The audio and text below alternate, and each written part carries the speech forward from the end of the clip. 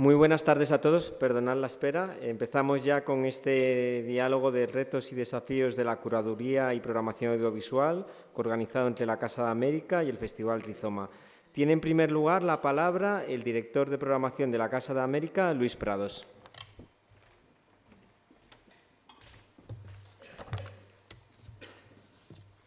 Buenas tardes, bienvenidos a Casa de América. Gracias por acompañarnos una vez más en una de las tardes de cine de Casa de América. Siempre decimos que son especiales y sin duda esta también lo será. Gracias al público que nos apoya fielmente y con el que nos alegra mucho compartir nuestras actividades de manera presencial. Ustedes dan el verdadero sentido a todo lo que hacemos y seguiremos trabajando por una programación de calidad. En primer lugar, quiero dar la bienvenida a Gabriela Martí, fundadora y directora del Festival Rizoma, con el cual Casa de América hace alianza por primera vez con la celebración del encuentro que hemos coorganizado, Retos y desafíos de la curaduría y programación audiovisual. Estamos muy satisfechos de contar con un nuevo aliado. Damos la bienvenida también a los participantes de la mesa, un panel de lujo. José Luis Cienfuegos, director artístico del Festival de Cine Europeo de Sevilla; Ruth Somalo, curadora y programadora senior del Festival Doc NYC; Eva Requetier, directora de programación de los cines Yelmo, Cinépolis; Lidia Martínez, responsable de estrategia y análisis de contenidos de HBO Max; y Alejandro Linghetti, periodista y crítico cinematográfico, que va a ser el moderador esta tarde. La programación cultural de Casa de América, en la programación cultural están presentes todas las disciplinas artísticas. Hay música, exposiciones de arte plástica, teatro, etc. Pero el cine, desde el principio, desde hace 30 años, cuando fue fundada Casa de América en 1992, ha sido parte esencial de nuestras señas de identidad y un referente para los amantes del cine de la región.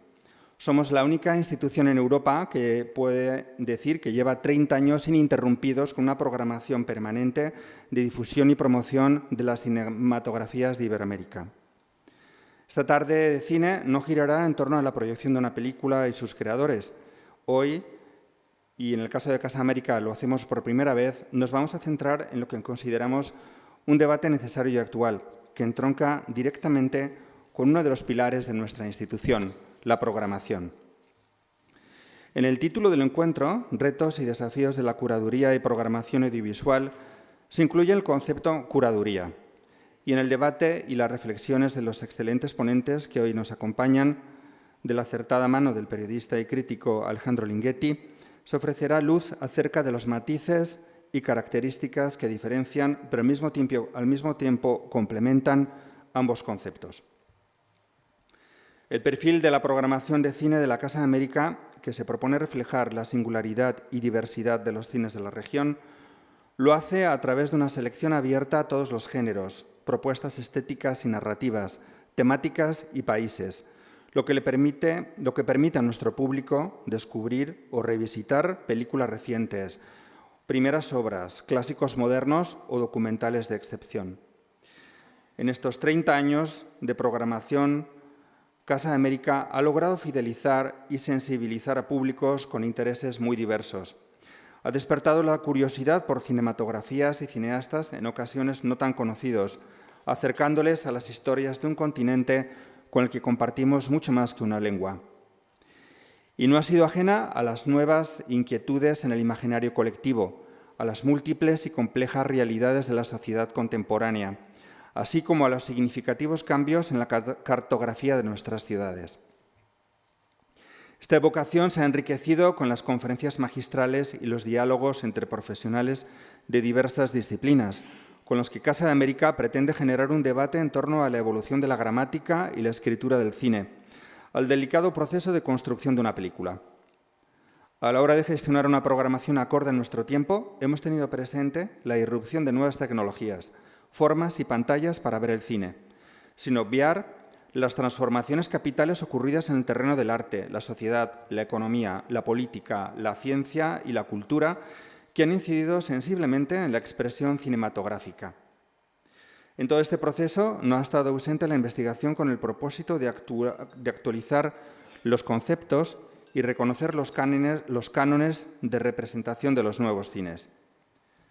La programación de cine de nuestra casa ha ido enriqueciéndose y transformándose a lo largo de estos años para acompañar la evolución del cine latinoamericano. Si se buscan las claves que identifican hoy a las obras cinematográficas de nuestra América, tendría que hablarse de un cine marcadamente autoral, variado en sus propuestas estéticas y narrativas, donde destaca la pluralidad de miradas en el tratamiento de los contenidos, la utilización de las nuevas tecnologías y esquemas alternativos de producción en busca de una libertad creativa que no condicione la expresión artística personal. El cine latinoamericano ha creado un lenguaje propio, ha logrado interesar a todos los públicos por sus valores universales y ha conquistado un espacio dentro del mercado internacional, no solo por razones comerciales, sino por el reconocimiento a su alta calidad y su indiscutible contribución artística a la cinematografía universal. Y hemos dado la palabra a sus creadores, que, independientemente de su generación, líneas temáticas o artísticas, han aportado y siguen aportando nuevas formas de ver y reflexionar sobre el arte, la cultura y la sociedad. En este singular encuentro, Retos y desafíos de la curaduría y programación audiovisual, coorganizado en una estrecha y diáfana colaboración entre la Casa de América y el Festival Rizoma, evento del cual nos hablará más ampliamente su fundadora, Gabriela Martí, compartiremos con curadores y programadores audiovisuales de diversos perfiles que trabajan para festivales, centros culturales, cines y plataformas, sus reflexiones y sus diferentes puntos de vista y procesos de trabajo. Además, será una oportunidad ideal para debatir las enormes complejidades que experimenta el sector hoy en día, como son las transformaciones en la era digital, la formación y fidelización de los públicos, cómo dialogar con un espectador contemporáneo y los nuevos criterios para la era de las plataformas. Fiel a nuestra vocación y al compromiso que asumimos desde nuestra fundación, la Casa de América seguirá trabajando para continuar ofreciendo un espacio para los pensadores y creadores iberoamericanos, para seguir siendo un lugar de referencia en la promoción y el conocimiento de la cultura y sociedad americanas, y para merecer el título que más nos orgullece, ser la casa de todos los americanos. Antes de terminar, quiero decir que todo esto que he dicho aquí sobre la importancia de la programación en Casa de América, el peculiar estilo de Casa de América, el ámbito de trabajo de Casa de América, que ciertamente hace que la programación de Casa de América tenga un perfil muy específico, todo eso y lo que Casa de América ha ido consiguiendo a lo largo de estos prácticamente 30 años es en obra y es debido a Teresa Toledo, que es la programadora de cine de Casa de América, no recuerdo ahora mismo desde cuándo, pero prácticamente desde los primeros tiempos de la Casa de América. Pocas personas saben tanto de cine latinoamericano como ella, en España y fuera de España. Por lo tanto, espero que ella en algún momento del debate pues, también intervenga y diga algo, porque la voz de Casa de América es ella. Muchas gracias.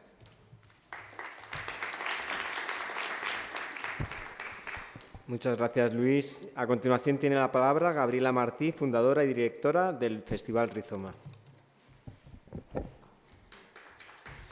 Hola, muchas gracias por esa presentación. La verdad es que nuestro equipo lleva desde febrero o marzo queriendo darle peso a esta pata tan importante en la producción de festivales y creo que no nos podíamos imaginar un entorno tan ideal para así que dar peso a un sector que no todo el mundo conoce. Y creo que la programación, la curaduría igual sí que tiene más grados académicos para estudiar la curaduría, pero la programación, los programadores, creo que es un oficio bastante autodidáctico que viene desde la pasión por el cine, desde luego en nuestro caso del festival viene desde ahí. Y queríamos dar de conocer el trabajo desde diferentes ámbitos, que aquí tenemos un panel de lujo, así que yo voy a ser muy breve porque queremos escucharles a ellos. Pero sí contar que desde un festival de cine, que aquí hay representantes de diferentes áreas, creo que para nosotros, nuestro festival, es muy importante ser una puerta que abre el camino de creadores que a veces hay que pasar por muchos filtros para entrar en el mundo cinematográfico. Hay que pasar ya ahora por laboratorios y subvenciones y es muy difícil que un trabajo totalmente fresco, nuevo, independiente puede llegar a pasar por los filtros de promoción para empezar, ¿no? Así que eso es una idea que os quería dejar por ahí a contemplar. Desde Rizoma tenemos 2 secciones competitivas que van por convocatoria abierta con un jurado internacional.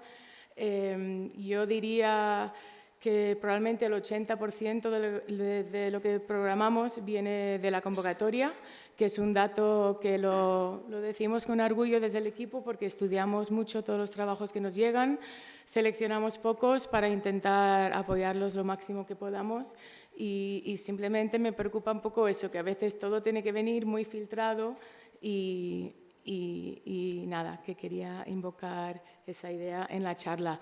Después habrá unos preguntas con el público, así que aprovecha que tenemos este grupo de lujo. Teresa de Casa América, muchísimas gracias, de verdad. Muchas gracias, Gabriela. Y ya vamos a pasar al conversatorio, a este diálogo que va a moderar el moderador, que es el periodista Alejandro Lingenti. Cuando quieras. Okay. ¿Se escucha bien? Sí, ok. Bueno, puedo ampliar un poco la biografía de la gente que está en el panel, si les parece, para empezar. Buenas tardes y gracias a todos por venir a Casa de América, a esta charla que es Retos y Desafíos de la Curaduría y Programación Audiovisual, organizada por Casa de América y Rizoma. Ruth Somalo es curadora y programadora audiovisual, como dijimos hace un rato, es presidenta de la Junta de Flaherty Seminar, es directora de cine y programadora madrileña que está afincada en Nueva York desde 2008. Lo voy a hacer resumido porque son muy largas las biografías. Ya está. ¿Está bien? Ya está.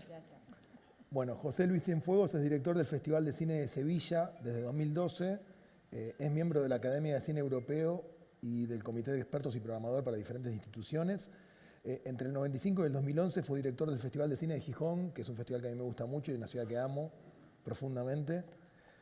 Así que para mí también es un incentivo más que haya una persona de Gijón acá, que es una ciudad que quiero mucho.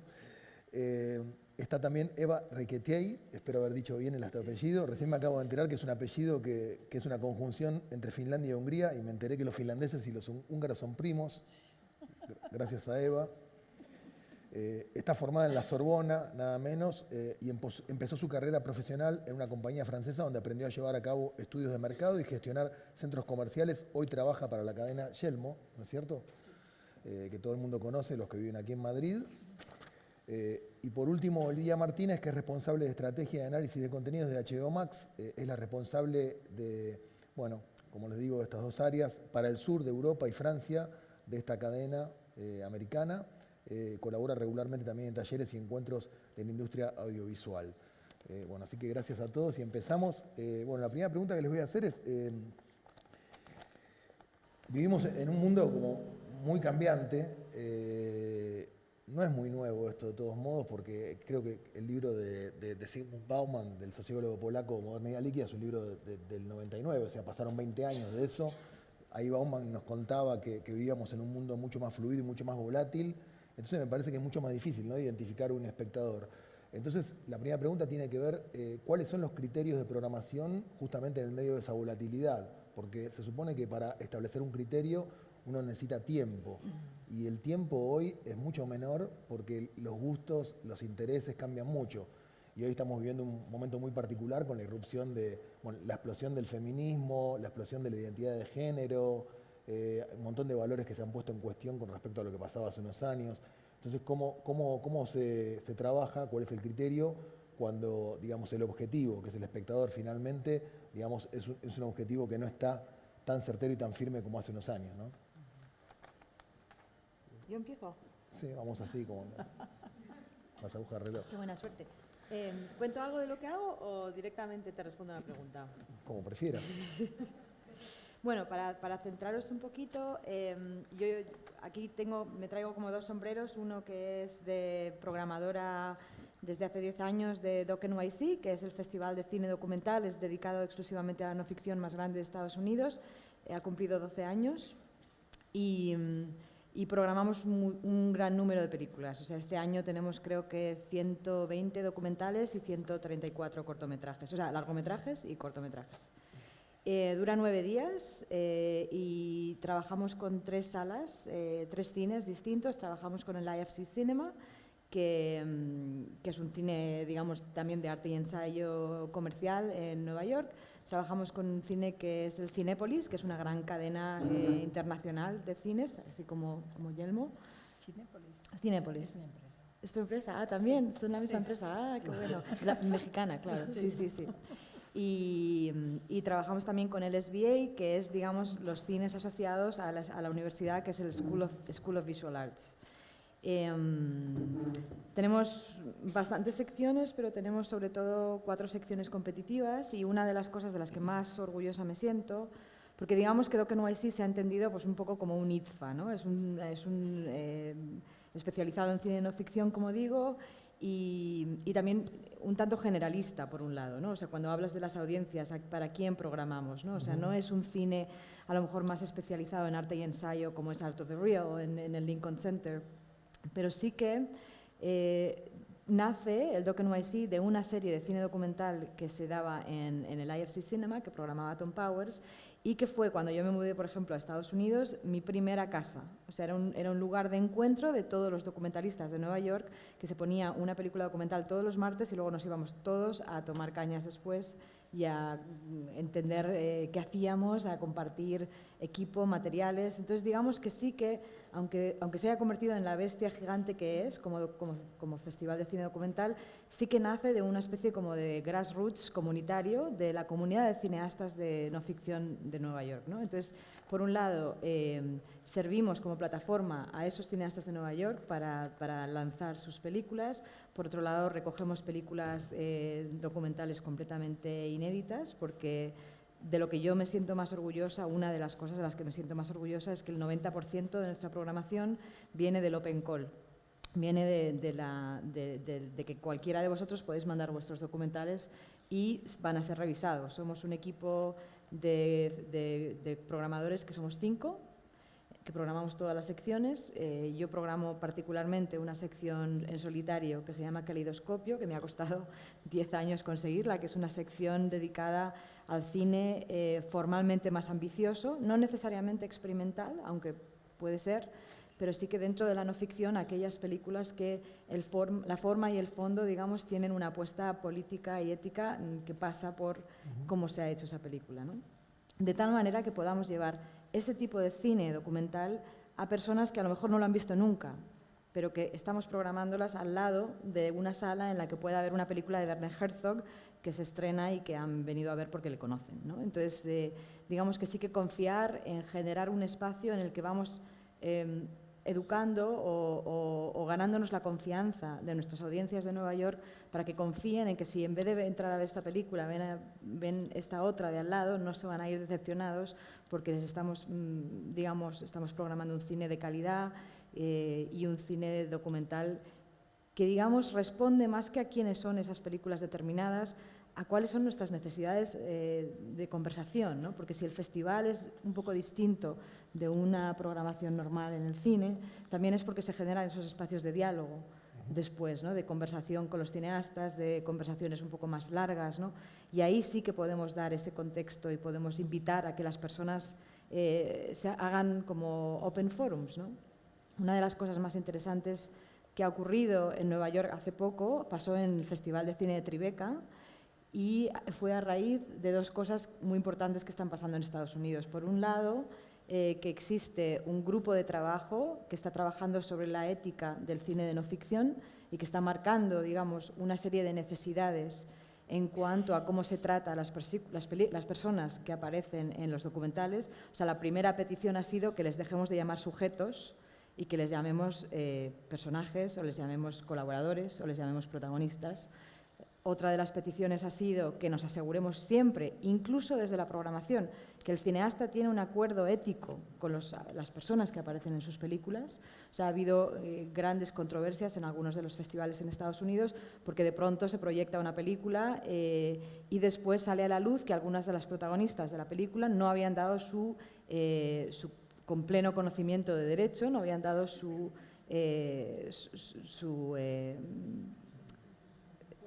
consentimiento. Muchas gracias. Es que a veces pienso en inglés y no sé hablar ni en lo uno ni en lo otro. Entonces, digamos que hay, en cuanto a los retos de la programación, uno de los retos que se nos está planteando a los programadores y a los curadores en Estados Unidos hoy es que también seamos, dentro de lo que decías, Gabriela, de los filtros, ahora hablamos un momento de los filtros rápidamente, pero se nos está pidiendo que seamos también responsables de ese check-in, de ese asegurarnos de que los directores sí que han cumplido, digamos, ese pacto de honor con sus personajes. En cuanto a lo de los filtros que decía Gabriela, yo no leo ni la sinopsis de las películas que veo. Veo como 350 largometrajes al año para Doc NYC solamente y prefiero ver la película sin saber nada de quién es el director, sin saber si ha ganado algún premio, sin saber si ha venido de un laboratorio. Es que me da igual. O sea, prefiero ver la película sin saber nada. Si la película es fantástica, la película entra, no hay ninguna duda. El problema es que hay muchas películas fantásticas y esto es la realidad. O sea, el cine de no ficción está más vivo y más feliz que nunca porque se hacen películas estupendas. Voy a dejar que hablar a mis compañeros porque si no, no acabamos nunca. Pero muy brevemente, el otro sombrero del que hablaba es un sombrero muy distinto que viene del Seminario Internacional Flaherty, que es una organización que creó la viuda de Robert Flaherty, el director de Nanook el Esquimal, y lleva 67 años existiendo. Y digamos que es un espacio que se generó para la discusión del cine de no ficción. La ética, los aspectos formales, la distribución, se generó en una pequeña granja de Vermont, donde vivían los Flaherty, y que ahora ha vuelto a nuestra organización, porque la hemos adquirido muy recientemente, y organiza todos los años un seminario de 8 días con un curador invitado, y se programan como 36 películas o secciones, pero que no se anuncian al público. Entonces, digamos que la audiencia, que son como 200 personas que pasan estos 8 días juntos, conviviendo, se comprometen a ver 3 sesiones de cine al día y con 3 sesiones de conversaciones, como de 1 hora y media al día, durante 8 días. Entonces, este es el modelo y podemos hablar un poquito más después si os interesa, pero le paso la palabra ya a mi compañera. Gracias. Gracias a ti. Está claro que la programación de cines convencionales pues no tiene, digamos, está muy alejada de tu experiencia porque nosotros nos basamos, digamos, la primera cosa que nos basamos son en datos, en los números, que nos permitan descubrir a través de los números quién es el público que atiende al cine, ¿no? Hay muchos cines que tienen un público común, pero después hay cines que tienen una programación pues, que se diferencia porque les gusta poner películas de arte y ensayo, documentales, películas en versión original. Entonces, los números son los que nos dicen, en realidad, quién es el público que quiere venir a ver las películas, ¿no? Y cuando no hay números, porque acabas de abrir un cine nuevo y además es un cine con un concepto diferente, como nos pasó hace 3 años con el Palafox, que es un cine donde puedes, te sientas en recliners y te tomas una copa y hasta puedes cenar, pues ahí, ¿quién es el público de ese cine? Que nunca se había abierto en España. Pues fue probar. Probamos. Probamos versión original, probamos doblado, probamos todo tipo de películas y a fuerza de probar se va dibujando y va apareciendo en realidad el público que va a ese cine. Eso es un poco para resumir, digamos, la experiencia. Y entonces después lo que hacemos pues, es intentar buscar películas que puedan encajar con la gente que va a ese cine. Y en otros cines especiales a veces decimos, no, es que la gente tiene que ver esta película. Entonces decimos, nos encantaría probar, a veces funciona y a veces no funciona. Así de sencillo. Bueno, pues festivales de cine, hoy un festival de cine, creo que un festival de cine en 2022 no tiene mucho que ver, más que en el nombre, con lo que en los festivales de cine hace 15 años, al menos como yo lo entiendo y al menos en la manera de trabajar. Y de trabajar como programador. o como programadores, o trabajar con programadores. Hay una cosa que tenemos clara en Sevilla y es que lo que es programar una película no simplemente es esta me gusta, no me gusta y la encajo en tal sección. El trabajo de un programador comienza cuando, después del visionado, la seleccionas, si tienes suerte la confirmas, después del último coloquio de la última proyección del festival. Ahí es donde termina el trabajo de un programador. Eso hay que tenerlo claro. Pues últimamente, hay que decirlo así, es verdad que hay una cierta tendencia de programadores sobre el papel, que sobre el diseño de programación queda muy bonito, pero luego está el trabajo de conocer al público y de trabajar ese público y los diferentes públicos y conocer a ese público. Un público que, lógicamente, pues que ha cambiado. Y hablábamos en Sevilla hace unos días de esa tendencia que no sabíamos si se iba a cumplir o no, y se ha cumplido. Y es que contaba en Sevilla los últimos días del festival, celebramos un mercado, el Merci, el mercado de cine independiente que conecta a los distribuidores independientes españoles con los exhibidores y hay sesiones cerradas para ellos y también pues algunas charlas profesionales. Y comentábamos en el comienzo de las charlas que en Sevilla, y esto es muy interesante por el tema del público que estaba sosteniendo el cine y estaba sosteniendo también el público de los festivales, hay que decirlo así. Era un público que estaba envejecido, que se estaba envejeciendo. Nosotros en Sevilla, hasta 2019, nos iba creciendo de manera exponencial lo que era el abono senior, el abono para más de 60 años. Después de la pandemia, en el año 2021, ese abono desciende un 30%, justo antes de comenzar el festival. Entramos en pánico y cuando abrimos las puertas el año pasado, el primer día del festival, vemos que los cines se nos llenaban de público joven. Y eso no había ocurrido previo a la pandemia. Público joven y además venido, no solo sevillano ni andaluz, sino venidos de toda España. Y esa tendencia se ha cumplido este año. Es decir, se ha recuperado un público ávido de nuevos cineastas, de nuevos contenidos y de una manera también diferente, o quiero pensarlo así, de presentarles esas películas. Ha bajado, se mantiene ese descenso del público senior de más de 60 o 65 años, pero sin embargo, pues hemos tenido un 10% de incremento de público y básicamente dentro de ese 10% de público la mayoría es público joven. Esa es la mejor de las noticias. ¿Cómo creemos que se ha conseguido este crecimiento de público joven? Pues ofreciendo, en primer lugar, una idea muy clara de festival, un festival comisariado, un festival con unos contenidos muy definidos, con unas secciones también que ya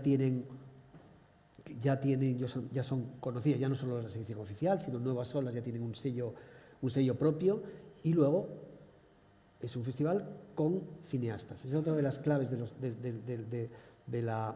que los festivales nos mantengamos ahí. Que los cineastas visiten y mantengan un contacto directo y una conexión con los espectadores. Nosotros durante el festival los números son mareantes, 122 encuentros con el público. Hay días que tenemos 8 salas simultáneas con encuentros, con presentación y coloquio. Es un trabajo extenuante, pero yo creo que si no acompañas a las películas, estás perdido. Y eso, algo así ocurre también en lo que son las salas, en los cines y supongo que también nosotros en las plataformas también, ¿no? Y está claro que los festivales de cine ahora mismo, los que funcionan, como es el caso de Sevilla, funcionan porque ofreces algo diferente, porque ofreces una experiencia y un ecosistema habitable donde en ese ecosistema pues están pues medios de comunicación, un saludo para los medios de comunicación, está la industria, están los espectadores y sobre todo están los cineastas, ávidos de conocer a públicos diferentes, porque además el público de cada festival es muy distinto. Bueno, yo creo que hay aquí algunos temas para tratar y para profundizar. De momento no me quiero alargar más, así que... Plataformas. Ahí vamos. Bueno, yo brevemente voy a tratar de dar un poco de luz a lo que son las plataformas, ¿no? Porque yo creo que al final de la mesa quizás son como los grandes desconocidos, también porque hay un cierto secretismo alrededor de los datos que manejan y de todo. Entonces, nada, la programación, ¿cómo se hace en una plataforma? No se hace solo a través de un único departamento, es un trabajo conjunto, tanto en HBO como en cualquiera de mis competidores.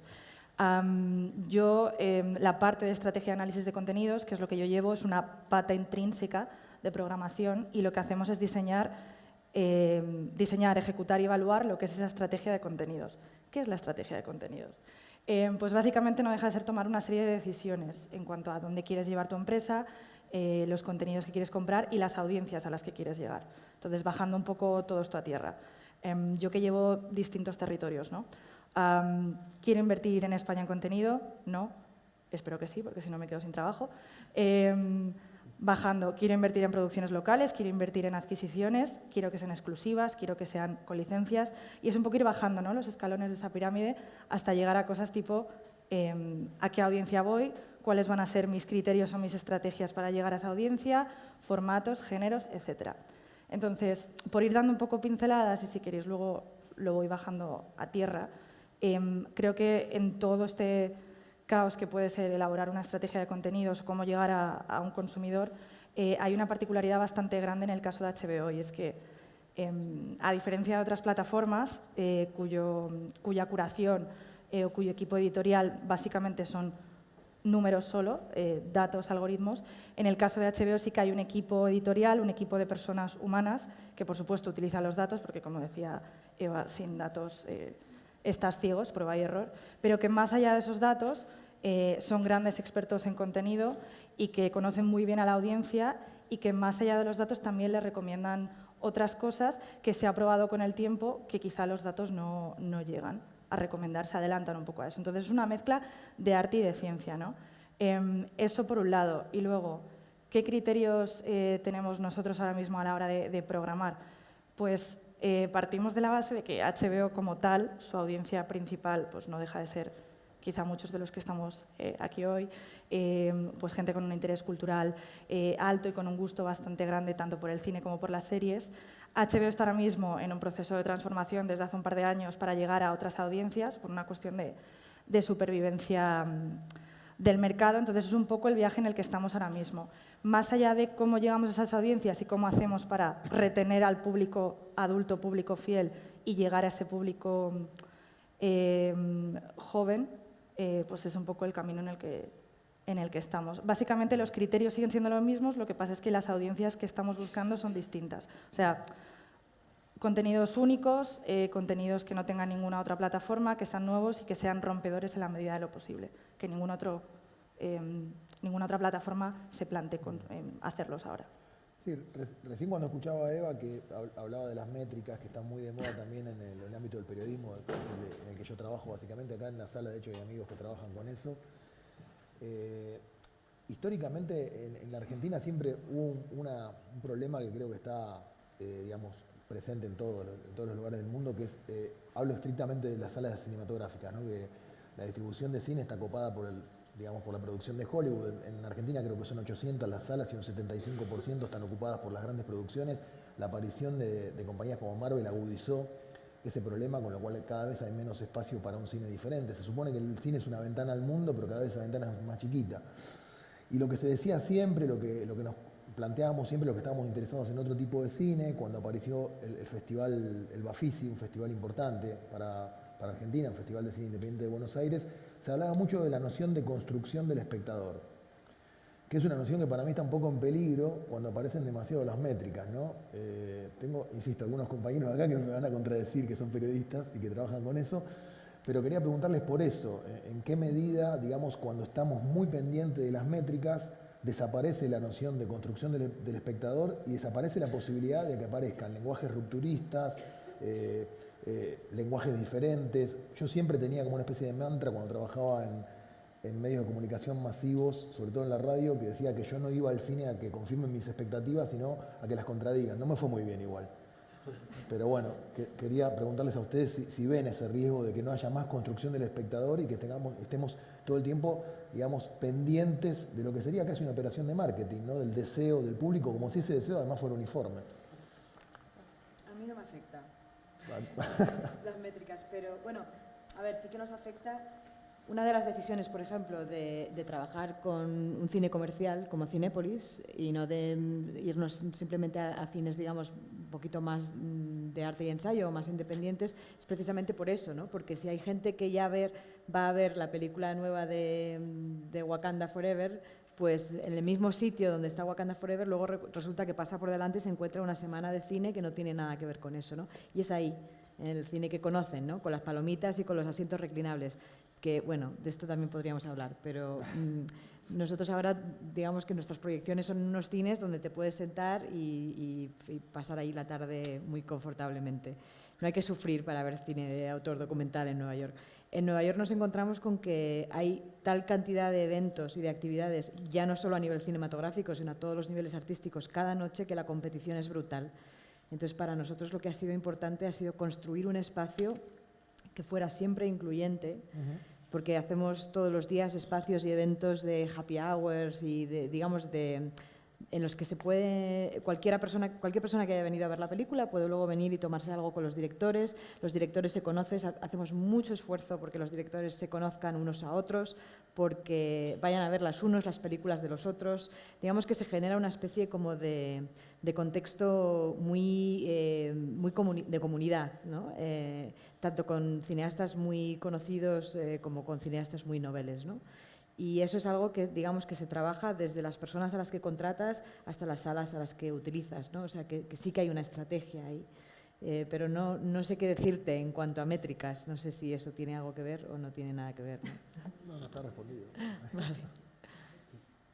A ver, por ejemplo, lo que comentabas tú del dominio del cine de Hollywood, ¿no? O el cine comercial o el cine de las major.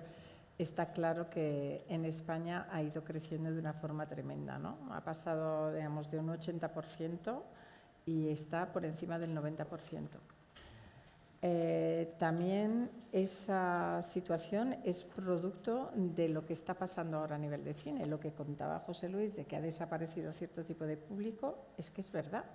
Es que hay una serie de películas que por mucho que las programas y las ofreces, no viene la gente que tiene que venir, porque a lo mejor, pues desafortunadamente ya no están, o porque han encontrado otro tipo de ocio o lo ven en otro lugar y por lo tanto el cine más fácil está tomando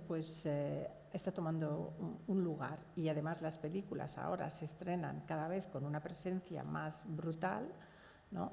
Una película ya no se estrena forzosamente en una sala, algunas sí, por supuesto, pero hay algunas que se estrenan en 3, 4, 5 salas y entonces van cogiendo el espacio y por otro lado tienes a un exhibidor que necesita hacer caja porque necesita mantener su cine, necesita pagar la factura de la luz porque no sabéis cuánto cuesta esto y el cine es luz, todo es luz en el cine.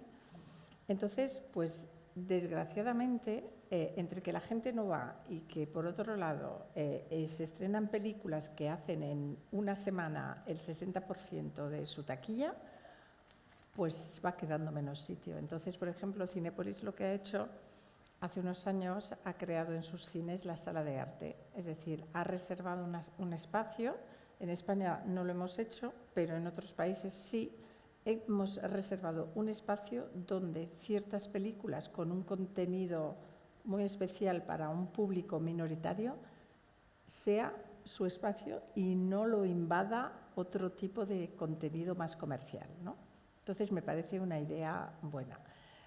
Aquí no lo hemos hecho porque nosotros no queremos reservar solamente una sala ese tipo de contenidos. Tenemos cines donde a lo mejor en una semana puede haber 3 o 4 películas que tienen un perfil de arte-ensayo o de cine independiente. Pero sí que hay exhibidores que buscan formas de reservar espacios para cierto tipo de contenido. Es una forma de preservar un público también. Hablabas del Bafisi hace un momento y es que recuerdo un spot que me volvía loco. Nunca me atreví a hacerlo en España, pero tenían el lema aquel del spot que era si no es para vos, no es para vos. Ya está. Y les funcionó muy bien. Muy bien. Y muchas veces te dan ganas de decir eso. Aquí hay una cuestión clara que es verdad que los números y los festivales, claro, aquí no tenemos que olvidar, no tienes que olvidar cuando tienes un festival que ya adquiere una dimensión, como es el de Sevilla, que tienes entre unos 75.000 espectadores en sala, que se dice bien, eso es una barbaridad.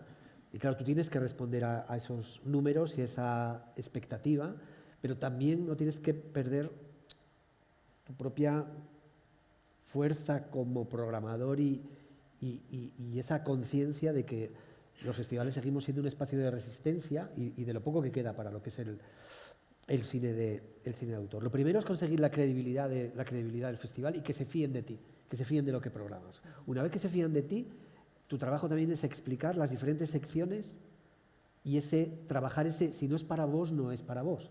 Por eso, también, ese trabajo con el público es un trabajo previo de las semanas previas y no solo en redes. Nosotros, sorprendentemente, una de las experiencias más bonitas que hemos tenido ha sido descubrir que el trabajo con el cara a cara con mediadores es una idea inspirada con lo que hacen los museos. Pues el trabajo también se puede hacer esa labor de mediador con el público que va a venir al festival. Y nosotros tenemos como 3 comandos o 4 comandos de jóvenes que han sido voluntarios en el festival, que conocen bien los contenidos, que reciben, a los que hay lógicamente se les hace un curso rápido de tutorización de lo que es el festival, y luego ellos explican en diferentes puntos de la ciudad y en los propios cines la semana antes de empezar el festival el programa de mano. Un programa de mano con 200 películas donde pues hay determinado público que se pierde. 200 películas programadas en 9 días. Y en esa guía personalizada también, pues eso nos ha funcionado bastante bien, porque no creáis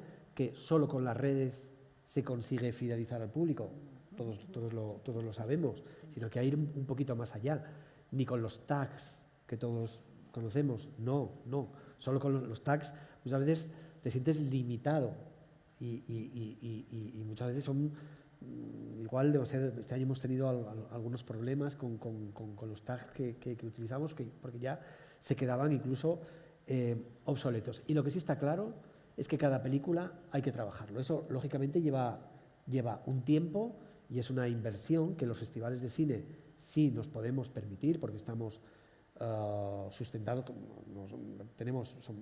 Nuestro presupuesto viene de dinero público, ayuntamiento, ministerio, etcétera, etcétera, y sí podemos dedicar 3 meses y departamento, como tenemos en Sevilla, un departamento de públicos y de estrategia de cada película se trabaja en profundidad y se buscan los colectivos incluso y asociaciones a los que les puede interesar esa película. Lógicamente eso es un tiempo, es un dinero invertido que lamentablemente, ni los distribuidores independientes ni sobre todo los exhibidores se pueden permitir. Pero bueno, por lo menos eso también permite trabajar alguna de esas películas que prácticamente son desconocidas cuando aterrizan en Sevilla y que se van a estrenar en España meses después, pues ya quiero pensar que a los distribuidores independientes también les es útil ver cómo ha funcionado esa película con ese público en determinado festival.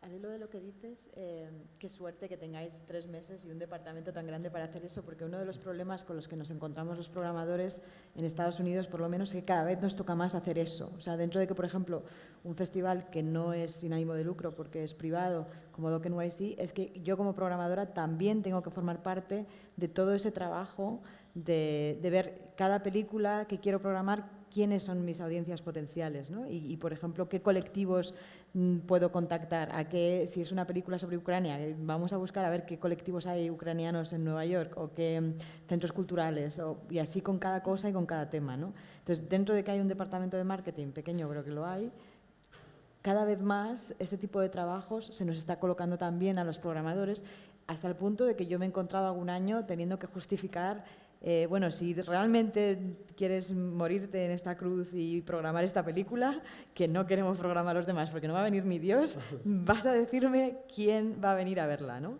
Y entonces tú te tienes que ir a casa a prepararte. Esa pregunta sí, a veces la tengo que hacer también a mis programadores, a mi equipo de programación. Eso es lógica, pero eso enlaza con lo que comentaba antes de que un programador también creo que tiene que acompañar a la película, Claro. y tiene que explicar al departamento de públicos y también al departamento de prensa, que también ha cambiado. Hablábamos antes de los cambios, ¿no? de cómo a la hora de vender una película o intentar que tenga una cierta repercusión, ya no se venden las películas per se, lo que se venden son los temas, los grandes temas. Eso es lo que te permite ahora entre los medios de comunicación, ¿no? Total. Y es que, o sea, estabais hablando de métricas y digo, madre mía, si digo que trabajo en una plataforma y que no utilizo métricas, es que no hay quien me crea. Nada, a ver, yo creo que es un poco lo que decía, creo que Eva lo decía antes, al final no se trata tanto de datos o de escuchar a los datos, sino de escuchar a tu espectador, ¿no? Y sobre todo de interpretar esos datos. O sea, no puede ser que no haya un componente humano detrás que te diga qué tienes que hacer con esos datos. O sea, estabais hablando y en mi cabeza venía todo el rato, y eso que es un ejemplo antiguo, cuando empezó a producir Netflix versus cuando empezó a producir Amazon. Que Amazon era literalmente voy a escuchar a los datos y el algoritmo directamente me dice que produzca este show, produjeron 3, ninguno funcionó, y Netflix hizo algo mucho más inteligente que fue como parece que a la gente le gustan las películas de David Fincher y resulta que también le gusta Kevin Spacey, cuando era políticamente correcto. Y House of Cards, la versión británica, bueno, ¿por qué no hacemos un remake con David Fincher dirigiendo? O sea, al final necesitas siempre a alguien que conozca a la empresa, conozca a la audiencia, conozca al espectador y que interprete esos datos, que es un poco lo que hacemos, o creemos al menos, que hacemos en HBO. Y siguiendo un poco con el tema de los datos, en el caso de una plataforma, ya que tienes tantos datos, sería un poco ridículo no utilizarlos, ¿no? Para bien. Entonces, cuando se habla de producir o cuando se habla de comprar un contenido, no puedo decir el porcentaje, pero sí que hay un porcentaje muy alto que viene determinado por las métricas. ¿Cuántos espectadores te va a traer nuevos? ¿Cuánta gente vas a reenganchar de la plataforma, etcétera? Pero sí que es verdad que al menos en HBO y en otras empresas que conozco hay un porcentaje de ese presupuesto que se destina a shows que tú sabes que no van a funcionar desde un punto de vista de métricas, pero que te pueden servir para fidelizar a tu audiencia o para construir tu imagen de marca. Y hoy en día, con la feroz competencia que hay en cuanto a plataformas y en cuanto a contenido, es importante llegar a esas métricas, pero también es importante fidelizar a tu consumidor y que conozca bien tu marca. ¿Me dejas comentar una cosita? Porque hay una cosa que sí quiero poner encima de la mesa, que la diferencia entre una plataforma y un cine es que un cine al final son 1, 2, 3 o 4 o 5 salas, que el cine está abierto desde las 3 de la tarde hasta las 12 de la noche y que por lo tanto tiene un espacio limitado para poner su contenido. En cambio, una plataforma, pues tú puedes ir metiendo ahí todo lo que tú quieras. Pero a su vez, en una plataforma es súper importante la figura del programador, porque si tú lo piensas, ¿cuántas horas hay disponibles para consumir una plataforma? 9.000, 10.000. Imagínate que no hubiera una página principal donde alguien o un grupo grande de gente hubiera pensado, vale, a esta persona que suele consumir esto le voy a destacar este tipo de contenido, este y este. O sea, si fuera un listado de Excel sería imposible. O sea, por eso creo que cada vez es más importante la figura del programador, tanto en cine como en una plataforma. Pero ¿del programador o del algoritmo?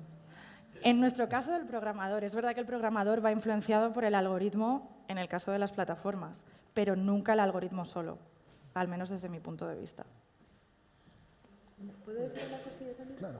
Es que se me había olvidado hablar de que uno de los grandes cambios que ha ocurrido en muchos festivales en Estados Unidos y también en el seminario Flaherty es que a raíz de la pandemia hemos empezado, bueno, hubo un año que no se hizo y entonces se hizo en digital, se hizo online.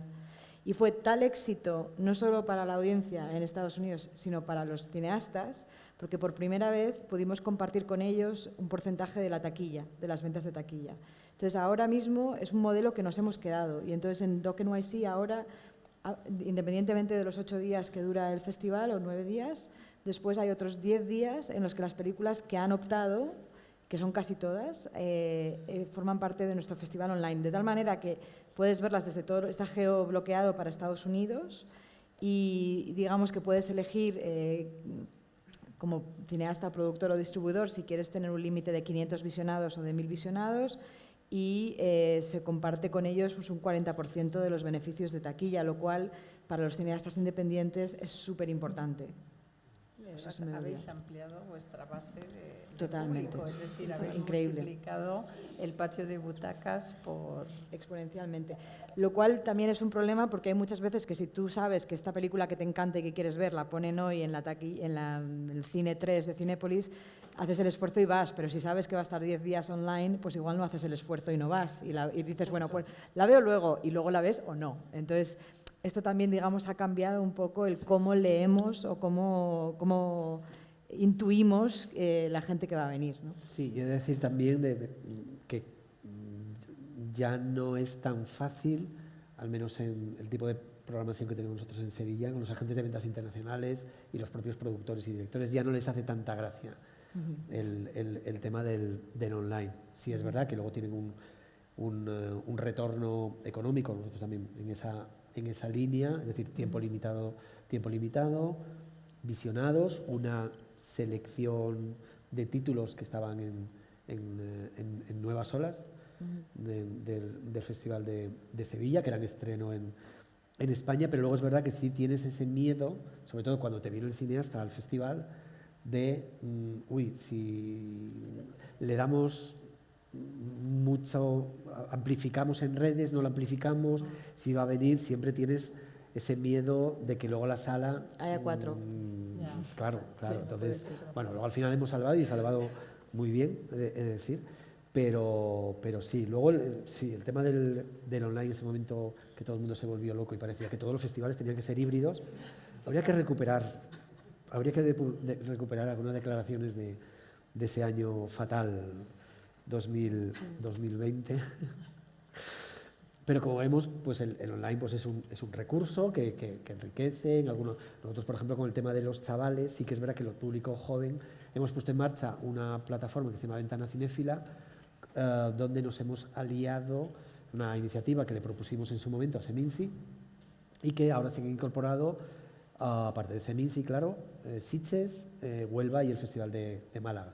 Y los números son mareantes, porque nosotros hemos tenido 190.000 visionados, es una barbaridad. Es durante un mes, los chavales, nosotros nos ocupábamos de Sevilla y provincia, Málaga, Huelva y provincia, Huelva y provincia, Málaga y provincia, y Valladolid tiene 190.000, es durante un mes. Lo que hacemos era, desde el principio de Seminci hasta el final de Huelva, durante ese mes, diseñamos una programación para chavales, para niños y para jóvenes, se paga un fee y es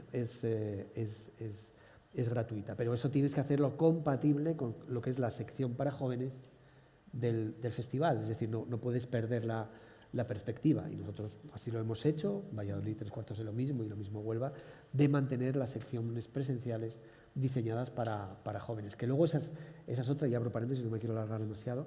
También es interesante qué es lo que programas para jóvenes. Nosotros este año, de la sección para jóvenes, Cinéfilos del Futuro se llama, creo que solo de las 7 películas que les ofrecimos, solo había una que exclusivamente era de la sección Cinéfilos del Futuro. El resto eran películas que también competían o en oficial o en Nuevas Olas. Es decir, que también eso es importante, es decir, de cómo tratas a tu público joven y cómo tratas a los espectadores del futuro. Porque, y no me largo más, lo siento, también es verdad que lo que se programa desde las instituciones públicas educativas, desde las competencias están delegadas de las diferentes autonomías, tiene demasiados filtros. Y la ventaja que tenemos los festivales a la hora de trabajar con jóvenes es que trabajamos directamente, el festival trabaja con esos centros y con esos profesores y con esos chavales y además con los cineastas en sala. Eso también es una experiencia muy positiva y muy enriquecedora y que yo creo que también eso afianza esa relación de fidelización de público con los festivales. Empezamos hablando de los creo que no está funcionando mi micrófono, pero ¿se escucha bien? Es que lo tienes un poco hacia atrás. Te lo llevo un poco para adelante. Ahí va. Bueno. No, empezamos hablando de los criterios y les quería preguntar, digamos, los criterios tienen que ver en el cine con lo formal y con el contenido, están interrelacionados naturalmente una cosa con la otra, pero quería hacer foco específicamente en los contenidos a partir de lo que está pasando hoy, me parece a mí, dije al principio de la charla, creo que todos sabemos, vivimos en tiempos de volatilidad, de fluidez, de cambios permanentes, de identidades más polimorfas, y también un tiempo de gran corrección política. Entonces, quería saber si esa agenda que hay que seguir casi obligadamente no es un limitante para la programación. Y lo digo porque acaba de ocurrir un hecho muy desagradable desde mi punto de vista, que es la censura a Ulrich Seidel en el Festival de Toronto. Acaba de ganar el Festival de Gijón, simplemente porque tocó un tema relacionado con la pedofilia. El festival decidió levantar su película, cosa que me pareció horrenda, y me parece que tiene que ver con esto de estar muy pegados a la agenda. Entonces les quería preguntar si esto no lo ven como un limitante. Estrictamente lo que tiene que ver con lo que entendemos por corrección política, que está reflejado hoy inclusive en la ceremonia de los Oscars, ¿no?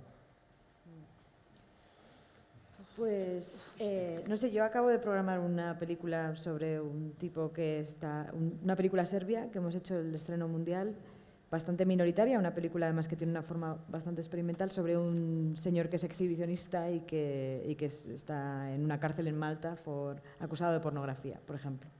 Yo me esperaba que hubiera sido una proyección con mucha controversia en el coloquio, y la verdad es que fue extraordinaria, porque bueno, el protagonista del documental es el suegro del cineasta. Y la verdad es que fue una conversación como de 45 minutos extraordinaria acerca de la moralidad, de la ética, de la relación con... O sea, la película en sí misma te pone a ti como espectador en la posición de juzgar, ¿no? La película no juzga por ti. O sea, el ejercicio es que eres tú el que tienes que tomar tus propias decisiones, ¿no? Y yo creo que las personas que vienen a determinados festivales, sobre todo cuando están acompañados por los programadores que explican las razones por las que le han programado la película, en determinadas secciones, y se acompaña a la audiencia en una conversación, yo creo que no hay ningún problema en enseñar ninguna película o en hablar de ningún tema, pero yo creo que sí que tiene que estar... Lo que sí que creo que ha sido más problemático es esto que decía antes, ¿no? Es que ha habido... por ejemplo, en el Festival de Sundance o en True False, ha habido algunos estrenos de una película, por ejemplo, en Siria, en el que pues una de las personas protagonistas de pronto se unió a un grupo de mujeres que decían: es que a mí, cuando me pidieron permiso para salir en esta cámara, me estaban rescatando. Entonces, ¿qué tipo de agencia tengo yo en un momento en el que el director es el salvador? Para decir sí o no quiero formar parte de esta película. ¿Y has enseñado esa película después a esas personas que estaban en tu película? ¿Les has pedido permiso en una situación distinta a esa situación de crisis? O sea, lo que se está, por lo menos en el contexto en el que yo me muevo, lo que está siendo muy políticamente vigilado, y no me parece mal necesariamente, es, digamos, esos vínculos éticos entre el cineasta, la cámara y las personas que aparecen en el documental, ¿no? Y los grandes pollos que se han montado en los festivales tienen que ver más que por el contenido más o menos escandaloso de una película o político, tiene que ver con la ética dentro de las relaciones que se han formado en esa película, ¿no? El cómo se ha hecho. Y eso es lo que está haciendo como saltar más heridas, y está haciendo que todos, en todo el mundo de la programación en Estados Unidos, estemos mucho más atentos a cosas que antes, digamos, que yo hacía el pacto de honor, o sea, el director hacía su pacto de honor y yo me lo creía. Pero ahora no nos están solicitando las audiencias que no nos lo creamos, que tomemos partido, y que cuando tomamos partido sepamos lo que hacemos un poco, ¿no? Y luego no abandonar nunca a tus cineastas tampoco, ¿no? O sea, yo creo que en las reuniones de programación, yo he tenido reuniones con todo el equipo de programación, con la directiva y con los dueños incluso de la sala de cine, ¿no? Para decir, bueno, esta película si la ponemos todos de acuerdo, vamos a proteger al director. Hemos puesto una película ahora mismo rusa, de un disidente ruso, y hemos tenido ataques de bots rusos diciendo mentiras sobre el director de la película y los protagonistas, diciendo que eran nazis, que Doc NYC era un festival que estaba apoyando a los nazis. De pronto hemos tenido que contratar seguridad para que no haya más problemas. Ha habido gente que estaba implantada en la sala para grabar vídeos y gritando cosas. Entonces, bueno, si te encuentras en un contexto en el que estas cosas están pasando, que ya no le pasan a otros, ya te pasan a ti, ¿qué medidas tomas, ¿no? Como festival, para que no pases a ser el festival que programa nazis, y también para proteger a los cineastas que no lo son y para proteger a tu audiencia para que sepa a qué se atiene, ¿no?, cuando viene a ver una película. Entonces, bueno, es más complejo de lo que parece. Perdón. En una sala de cine comercial, el 99,9% del contenido que nos llega es un contenido que nos es vendido, ¿no? Que no tenemos el mismo problema que tú en realidad estás en una fase mucho más primigenia, ¿no?, de esto, ¿no? Entonces, pero aún así nos ha llegado, por ejemplo, yo me acuerdo perfectamente cuando Fernando León de Aranoa hizo su documental sobre Podemos, sobre la creación, el nacimiento de Podemos. Yo creo que no encontró distribuidora, posiblemente, y nos vinieron a ver directamente a nosotros como exhibidores y nos enseñaron el documental y yo dije, lo que yo piense políticamente no tiene nada que ver, no puedo censurar este contenido y yo creo que se tiene que ver porque está muy bien hecho el documental. Y la verdad es que estoy súper contenta de que lo hayamos exhibido en las salas de cine porque fue la única posibilidad que tenía de salir en salas de cine. Otros contenidos que hemos tenido, por ejemplo, de películas religiosas, hay muchísimas películas religiosas ahora mismo, pero independientemente de lo que tú pienses, si eres pro aborto o contra el aborto, tú lo que tienes que poner ese contenido para ofrecerlo a la gente y no puedes juzgar, es decir, porque si no serías un censor. Y entonces, ¿en base a qué eres censor? Hombre, está claro, no voy a poner una película documental donde se dedican a comer a la gente o asesinar a la gente, ¿no? No estamos hablando de eso, ¿no? Pero ¿dónde está la fina línea entre lo que es la censura y lo que es elegir el programa que vas a ofrecer, ¿no? o el contenido que vas a ofrecer, ¿no? Eso, digamos, a veces no es fácil, ¿no? Pero hay que ser valiente y hay que decir, no, esto lo enseño en mis salas de cines porque creo en el contenido, ¿no? Sí, y ahora uno de los problemas que tenemos los programadores es el de la autocensura. Justamente un poco en la línea que comentabas ahora del tema de los cineastas presentes en sala. Y remitiéndome a cine programado para chavales, para menores de edad. Aunque haya sexo explícito, si el director está en la sala, no pasa nada. No pasa nada. Porque los chavales luego, cuando llegue el coloquio en clase o cuando vayan a casa a comentar qué película han visto, por nuestra experiencia, que es ya mucha, ellos van a hablar de la película y lo que han discutido, no si se veía un pene o no se veía, o había una escena escabrosa, pim, pam, pam. Eso hoy día, afortunadamente, y algo se ha hecho bien a la hora de la educación audiovisual de este país. Eso se deja de lado, pero, repito, sí está ahí el director o directora de la película presentando y manteniendo un diálogo con los chavales. El otro tema, el de estar vigilantes, no lo tengo tan claro. No lo tengo tan claro, y además hablabas de Ulrich Seidel. Yo recordaba el primer año que cuando vino hace ya mucho tiempo Ulrich Seidel a Gijón, que ganó con Dog Days. Recuerdo una contraportada de un periódico que decía una película en la que hay viejos haciendo el amor que no valdría ni para la estantería de un sex shop. ¿Qué hacemos con Ulrich Seidel? Todos sabemos cómo rueda. ¿Qué hacemos? Le pedimos el certificado de que de verdad ha informado a los padres de esos críos de que saben cómo rueda Ulrich Seidel. Y, me parece que es entrar en un terreno pantanoso que no es ahora mismo el momento ni Bueno, ni a nosotros ni es el que lugar. nos lo están pidiendo, claro. Os lo están pidiendo, claro, ¿verdad? sí, sí. Es que no hay manera de comprobar eso y lo que yo No. creo que lo aplicó el Festival de Toronto fue una especie de censura preventiva, ¿no? Que, Es que eso no, claro, ya estamos los programadores pidiendo certificado de qué. Me parece que es entrar en un terreno bastante peligroso como programador y sobre todo de un ejercicio de autocensura que luego nos puede pasar factura, creo. Sí, yo estoy de acuerdo contigo, o sea, es muy complicado, pero no lo había dicho, pero el grupo es que es súper interesante. Os pido que miréis un poco lo que escriben desde el Documentary Accountability Group. O sea, el grupo de responsabilidad documental, ¿no?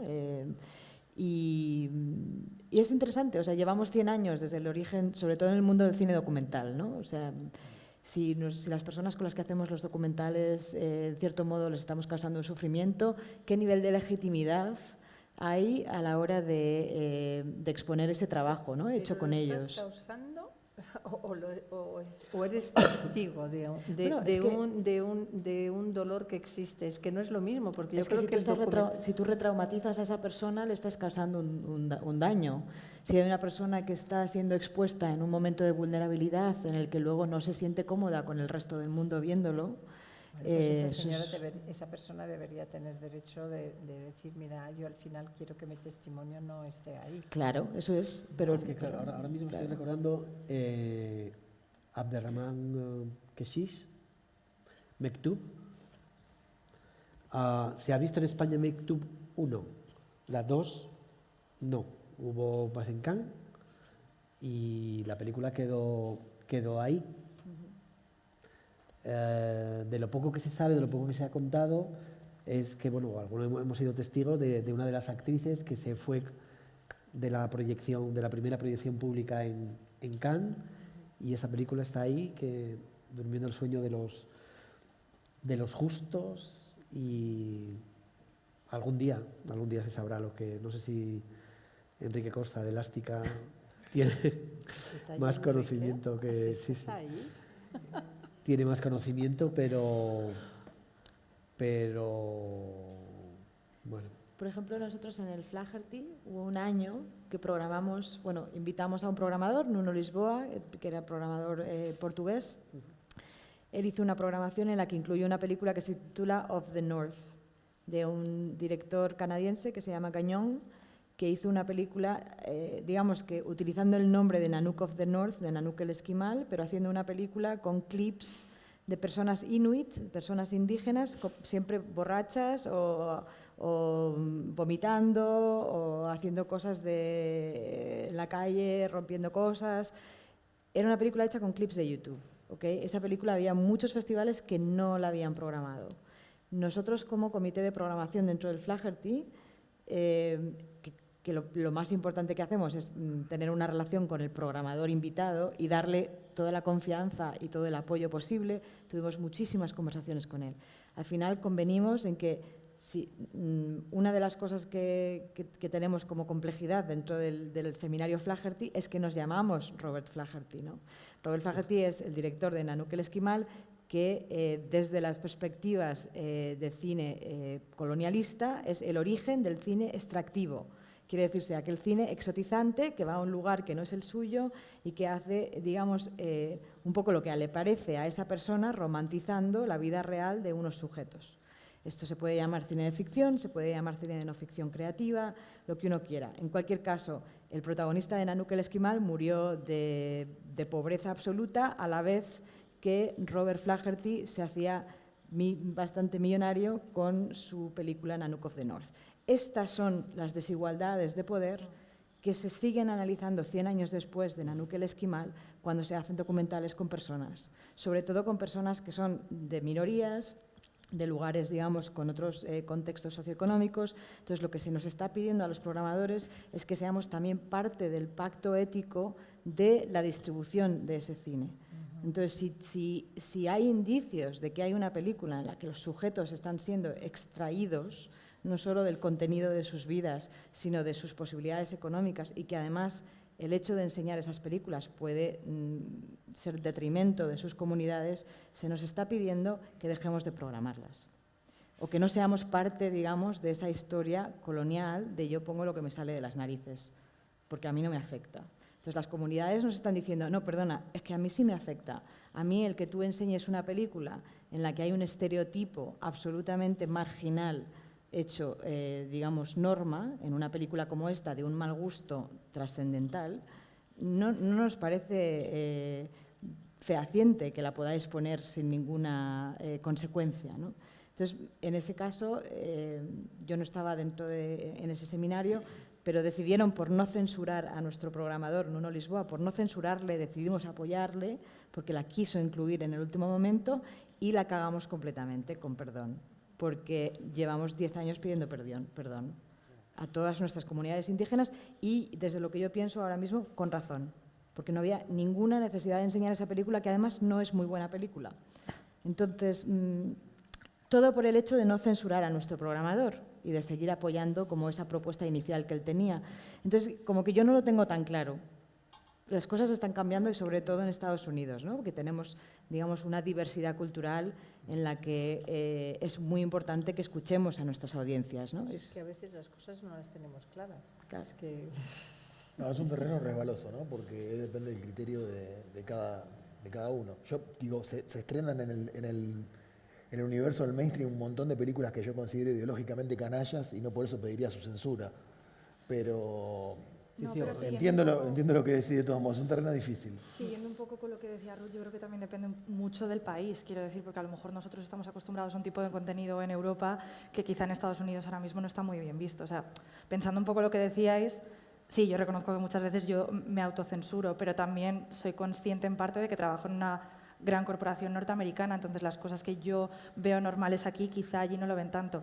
También es verdad que en mi caso, en mi ejemplo, trabajo en una corporación que en la medida de lo posible está bastante abierta. O sea, si tu estándar como marca es voy a hacer cosas transgresoras y únicas y nuevas, lo que no puede ser es que luego ejerzas la censura, por así decirlo.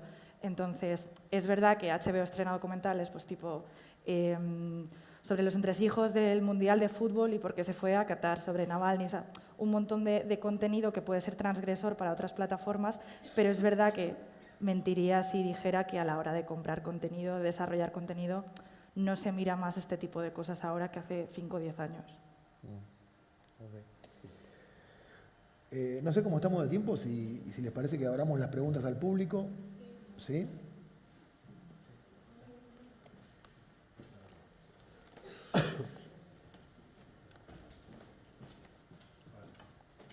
Como me ha mencionado, pues voy a aportar. Creo que es diferente en relación a los festivales con los cines y las plataformas, porque por lo menos en España hay una calificación. Por lo tanto, es la propia calificación la que en muchos casos condiciona si una película se puede poner o no poner. También es curioso que en el país en el que vivimos califican inicialmente, en su momento, poner un ejemplo, que Batman y Spiderman tenían la misma calificación que Alcarrás. No sé, yo no veo que maten a ninguna persona en Alcarrás y sí lo hacen varias veces en los superhéroes. Creo que a la hora de dictar qué es lo que se pone o no se pone, en el caso del cine comercial ya hay una forma de legislar y en el caso de los festivales yo creo que es una decisión de cada uno de los programadores. Entiendo la forma de pensar que tienen Estados Unidos o en Norteamérica, porque el caso de la película de Ulrich Siedels no solo se retiró en Toronto, que se retiró también del Festival de Nueva York, y en cambio el Festival de San Sebastián la proyectó. Lo que pasa que el propio director no pudo asistir a la presentación porque se sentía perseguido. Y tenía una cosa aquí apuntada y ya os dejo en paz, pero creo que ya la he perdido. Vale. No, mejor lo volveré más tarde. Pero bueno, creo que el tema que esto va a los exhibidores y es en relación a la presencia de las majors dentro de los propios cines. Es esta situación en la que nos encontramos, y en este caso, Eva, tú lo conoces con mayor experiencia, que es otros países más europeos, como es Francia, que tienen esta situación en la que las películas tienen un límite o una cuota de pantalla que no pueden tener más de X salas en un propio complejo. Que vamos a ver del 16 de diciembre qué pasa cuando se estrene la película de Disney, cuántas salas va a ocupar esa película y en qué situación va a dejar al resto de la distribución, no solo el independiente, sino también la de las majors. ¿Puedo comentar una cosita?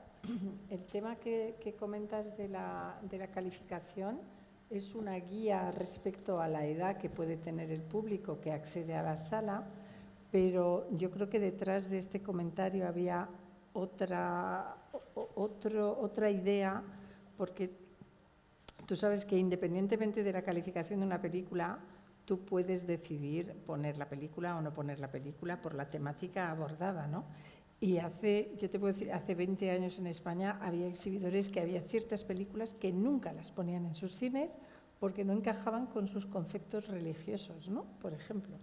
Entonces... Catalán ha sido un condicionante para no poner Alcarràs en algunos cines de España. Bueno, el idioma pues fíjate. catalán ha sido un problema para proyectarla en algunos cines.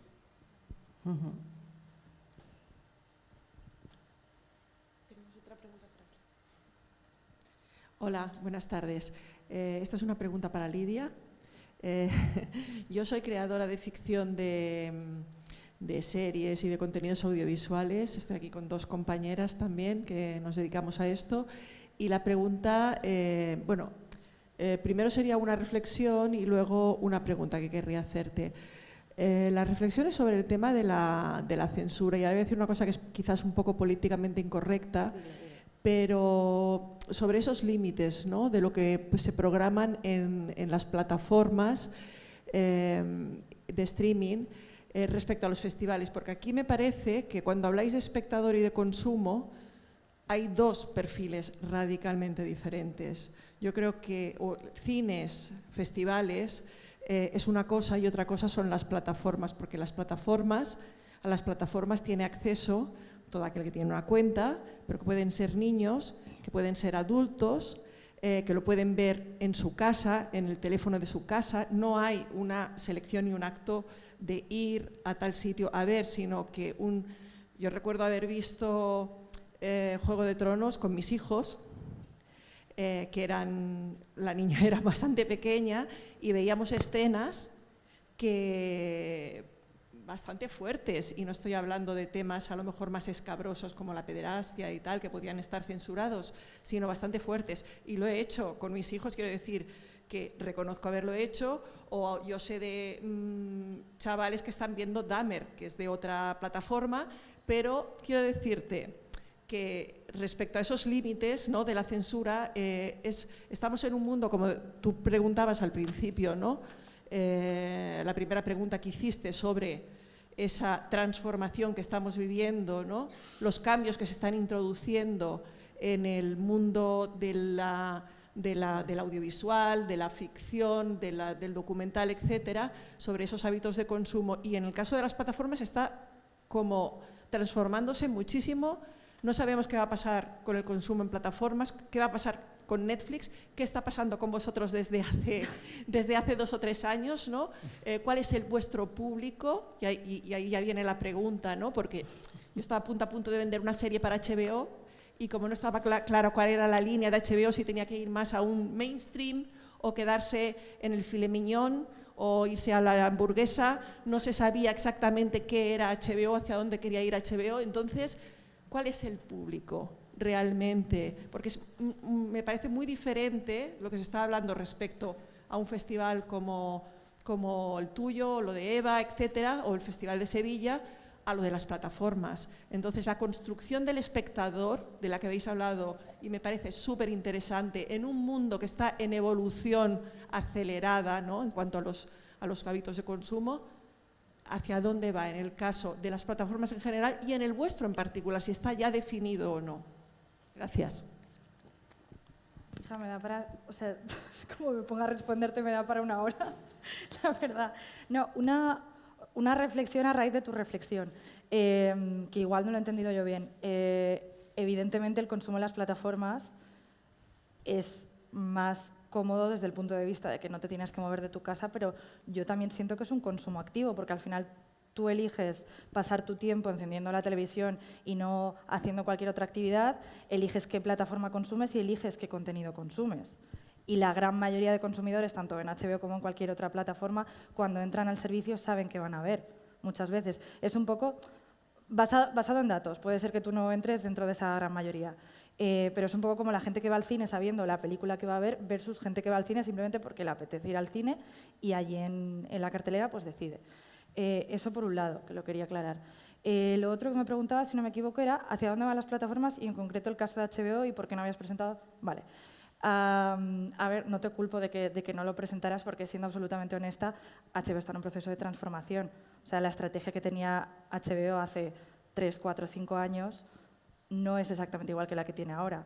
Es un poco justo también lo que le está pasando a Disney. HBO tenía y tiene un público principal que es el de toda la vida, el de hace 20, 30 años, público adulto, público que le gusta el cine, las series que consume, no sé, Succession, White Lotus, Soprano, etcétera. Sí que es verdad que por una necesidad de mercado, porque vamos hacia agregación de consumo y porque la gente no se puede permitir ni consumir ni gastar tanto en plataformas, HBO lo que ha visto es que necesita diversificarse. Entonces, la clave, y que es en lo que se está ahora y que todavía no se ha terminado, es retener a ese público principal que siempre ha consumido HBO, pero a su vez abrirse a nuevos públicos. ¿Quiénes son esos nuevos públicos? Pues tampoco voy a descubrir aquí la panacea, es un poco hacia donde van casi todas las plataformas. Por un lado hay un segmento juvenil, sí, principalmente generación Z, que no había sido atacado activamente hasta ahora y que al final es el futuro del audiovisual y que es hacia donde todas las plataformas quieren ir y capturarlo cuanto antes.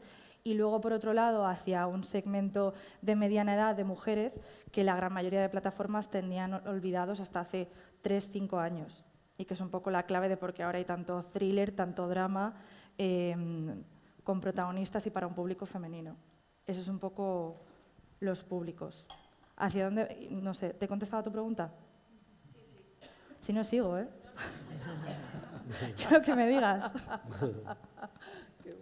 Vale. Los niños que son consumidores, vosotros no tenéis una programación infantil, pero sí consumen vuestros productos porque se enganchan a ver series como... Hay una programación infantil, lo que pasa que, siendo absolutamente honestos, no es el público principal de HBO. Hay otras plataformas como Disney, que es su público principal. Entonces es un poco por lo que el objetivo de cualquier plataforma hoy en día no deja de ser fidelizar a tu público principal y abrirte a todo lo posible. HBO tiene programación infantil, lo que pasa que no es su negocio principal ni es donde va a invertir la mayoría de su presupuesto.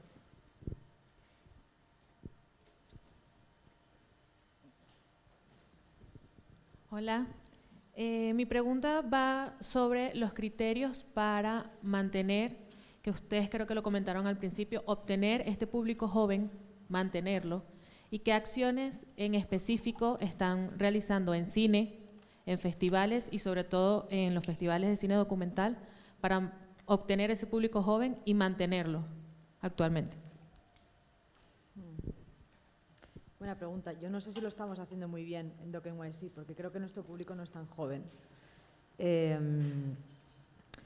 Hemos tenido, yo creo que durante 10 años, casi hasta ahora, programaciones matinales, para las cuales sí que hacíamos convenios con institutos y con universidades, y siempre que, o sea, sí que hay como una especie como de avanzadilla principal en las que nos ponemos en contacto con las principales escuelas y universidades de Nueva York para hacerles saber nuestra programación y que ellos puedan decirnos si les interesa alguna de nuestras películas para sus clases. Entonces sí que hemos tenido clases y además hacemos precios especiales para toda la clase y que puedan venir 30 personas con el profesor a ver una película. Eso sí que lo seguimos manteniendo. Y hay películas que siempre son muy claras también, ¿no?, a ese respecto. Pero a nivel, digamos, de localizar a la gente joven, lo que sí que tratamos es de hacer pues mucho tráiler fresco también y bueno, es que yo creo que el festival particularmente Doc NYC, como es grande, también es que su estrategia es, tenemos de todo, o sea, para todos los gustos. ¿Que te gustan las pelis de clásicas observacionales, de cine documental, de personajes, tenemos. ¿Que te gustan las pelis hiperpolíticas, fight the power, sección activista? Tenemos. ¿Que te gustan pelis hipercreativas con estrategias formales nuevas que no has visto nunca ni has oído hablar de ellas? Tenemos. Entonces, no sé muy bien si esto te responde en algo a lo que tú decías, pero esto es un poco lo que hay con nosotros. Gracias. Pues las salas de cine, lo que solemos hacer, bueno, pues lo primero es programar películas para niños, por supuesto. Después tenemos matinales para colegios también.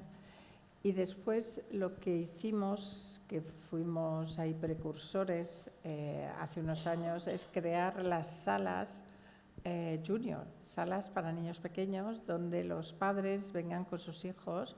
Ahí los pederastas no, porque si no tienen niño no pueden entrar. Entonces ahí viene un padre con su hijo, su hija, ¿vale? Y los niños solos nunca, siempre acompañados.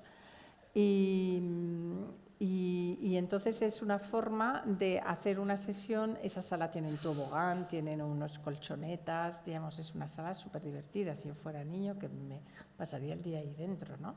Y entonces el niño identifica el cine con la diversión y con un momento especial, ¿no? Y bueno, pues esas salas no es que sean salas hiperrentables, pero son salas que en realidad transforman a tu cine, al conjunto de tu cine, en un cine familiar. Y después lo que tenemos son precios para familias, digamos, actúas sobre varios elementos, ¿no? Tienes varias variables, tienes construir una sala, que son caras, las salas junior, programar películas para niños y después tener un precio especial para familias y para niños. De esa manera consigues crear, pues ofrecer ese contenido y hacerlo, pues que cada vez venga más gente, en realidad. Y una cosa que no hemos hablado es precisamente, hablamos antes de los festivales como ese espacio habitable, es el tema de cuidar la proyección, cuidar el sonido, los aspectos técnicos, por favor. Por ejemplo, en vuestros cines es verdad que las proyecciones son cuidadas, por eso lo mismo también, decirlo así, la competencia en MK2, qué bonito es recibir felicitaciones por parte de los directores que vienen. Pues mira, por ejemplo, Rick Seidel, Mia Hansen-Løve, Olivier Assayas, Pedro Costa y Abel Ferrara. Felicidades por las proyecciones, qué buena proyección, qué buena imagen, qué buen sonido. Eso es muy importante. Sí. Y volviendo al tema que comentabas, el tema del público joven, acabando el festival, penúltimo día, también realizamos ahí acción con jóvenes periodistas, y en una entrevista que nos hicieron y tal, me decía una de las jóvenes periodistas, me decía que sus compañeros veían los cines como un espacio bastante ajeno y en algunos momentos hasta hostil cuando hablamos de cine de autor. Eso es el trabajo que queda por hacer con el público joven a la hora de presentarles un cine diferente. Y luego también de cómo, otro tema de cómo te diriges a ellos, porque también las sinopsis del festival, que están muy curradas y muy trabajadas, también les parecían como un poco también como farragosas, ¿no? Pero bueno, tomar nota de ese tema de que cuidar las proyecciones y hacer unas proyecciones potentes, revisar bien las copias, el sonido, la imagen, etcétera, ¿no? ¿En Sevilla ponéis música antes de las proyecciones? También, es decir, que hay una banda sonora del festival, en el que tú cuando llegas a los cines MK2, pues hay una ambientación sonora que es coherente con lo que es la línea de programación del festival, es decir, que no suena Moon River ni suena El Padrino, no.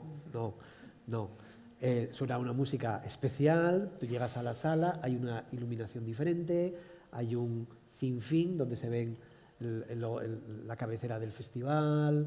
Bueno, pues creas un ambiente distinto, un ambiente diferente, y ahí la implicación, y de decirlo, de los cines MK2 para nosotros es muy importante, son como parte de la familia del festival. Saben que es un equipo y eso es muy importante, es decir, que saben que esos espectadores que están pasando por el festival luego van a volver, o así esperan, van a volver a los cines y van a encontrar a los cines MK2, en este caso, como su propia, van a sentirlo como su propia casa. Eso es importante también.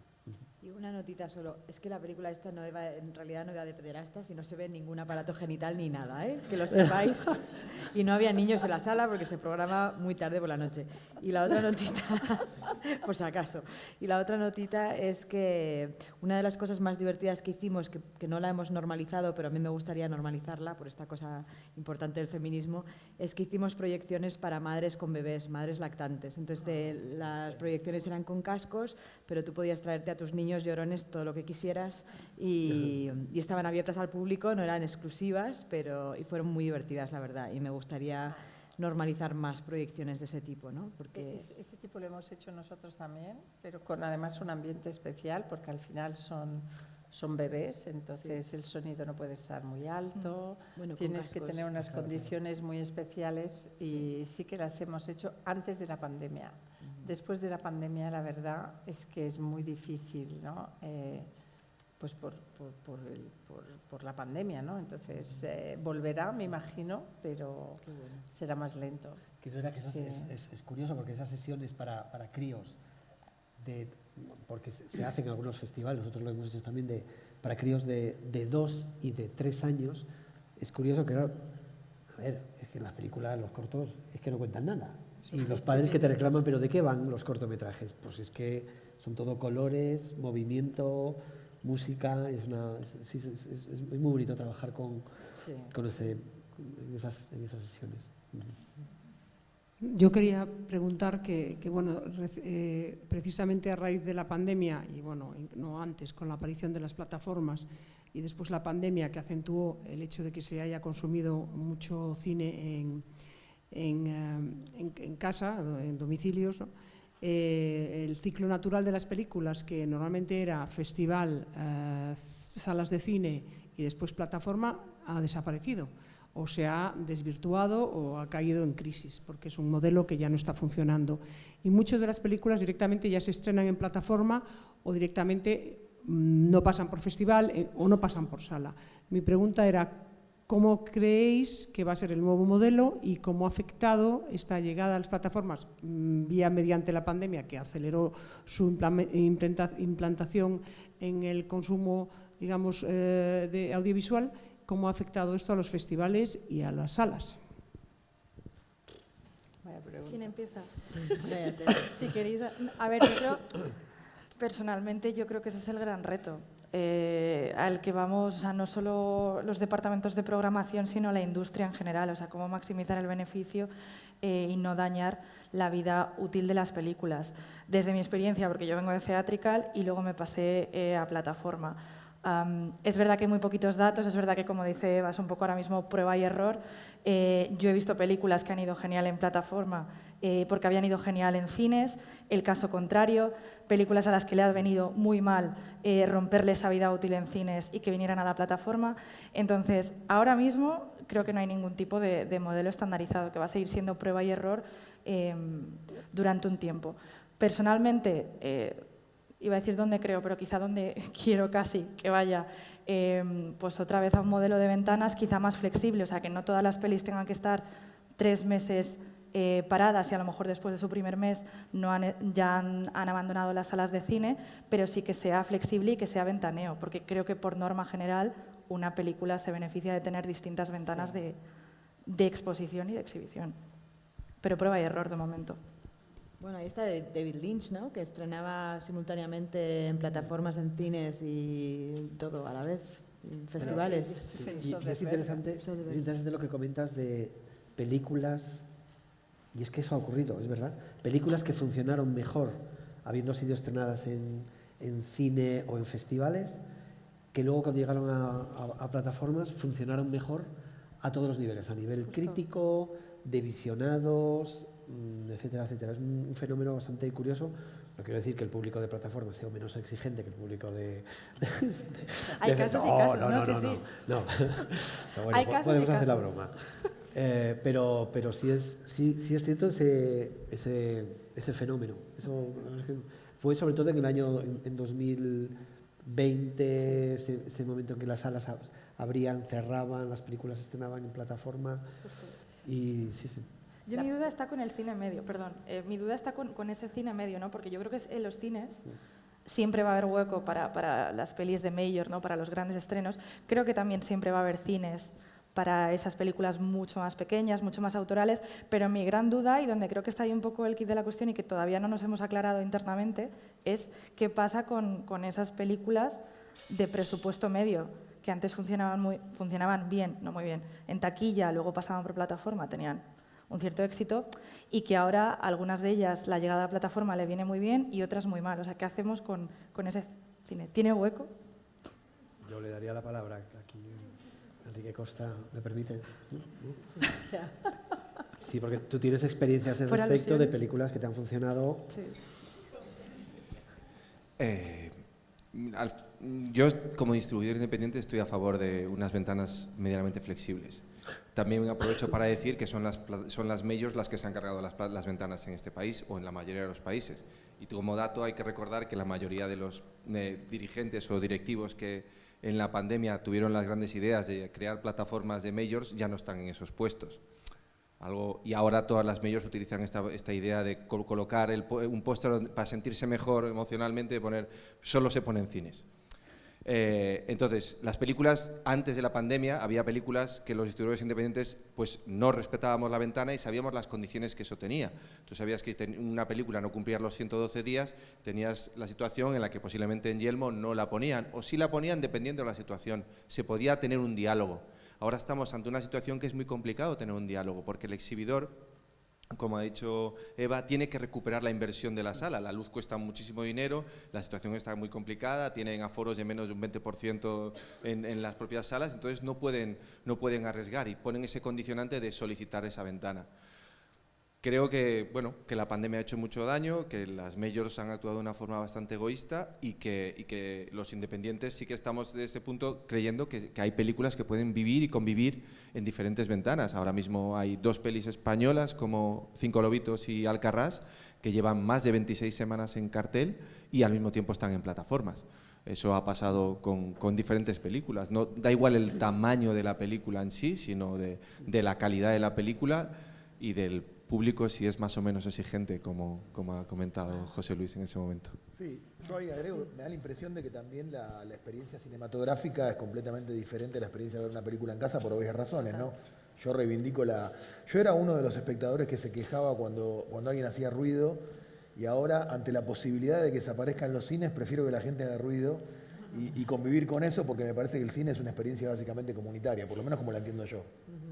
Pero una cosa también, por si hay algún cineasta en la sala, que es interesante, es que cada vez hay más cines con los que tú puedes negociar directamente. O sea, en Nueva York, por ejemplo, hay como 7 o 8 cines pequeños, independientes, que como cineasta tú no necesitas tener distribuidor, ni tener sales agents, ni tener nada, incluso para poder hablar con ellos o organizar una proyección o varias, o un run de una semana o 2, y bueno, que son posibles. O sea, quiero decir que las ventanas están, digamos, colapsando entre ellas y expandiendo, pero que además cada vez hay más accesibilidad a determinados lugares de exhibición.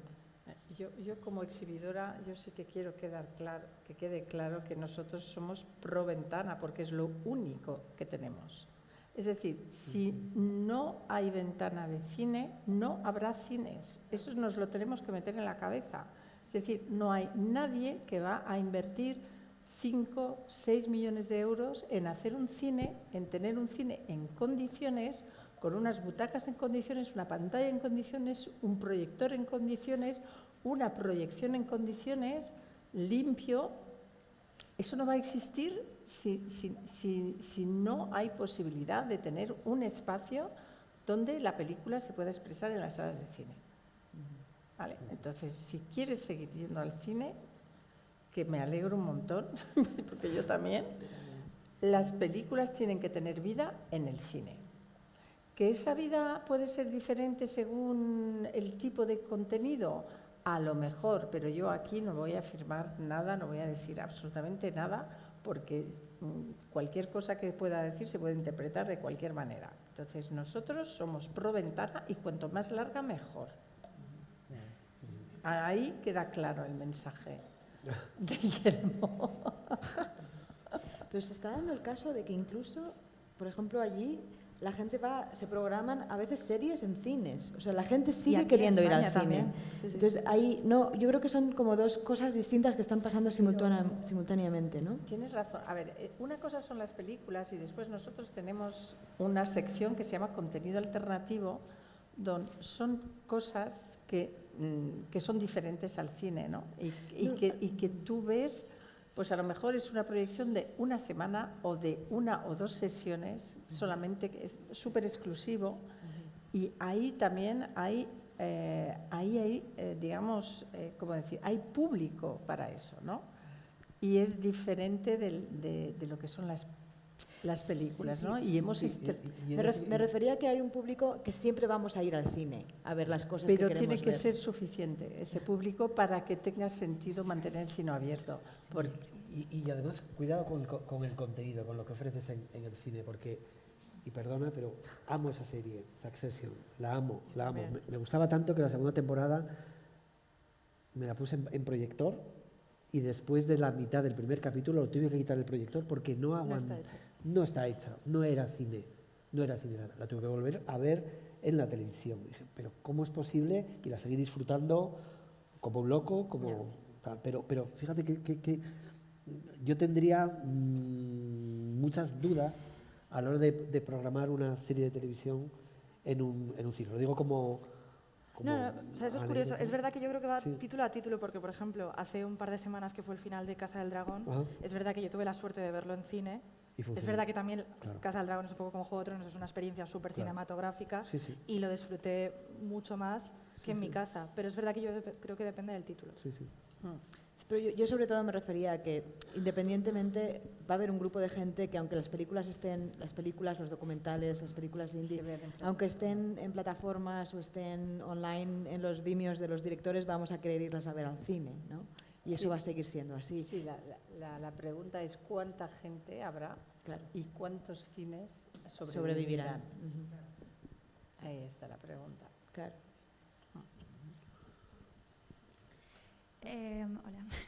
Me ha parecido súper interesante la charla sobre los retos del rol como tal y quisiera ahora como preguntar un poco sobre los retos para acceder a ese rol, al rol de programador, que viniendo desde el mundo del cine y la cultura, creo que en la gestión cultural y en la curaduría como tal, pues la programación de cine es un poco menos accesible que otro tipo de curaduría en otras manifestaciones artísticas.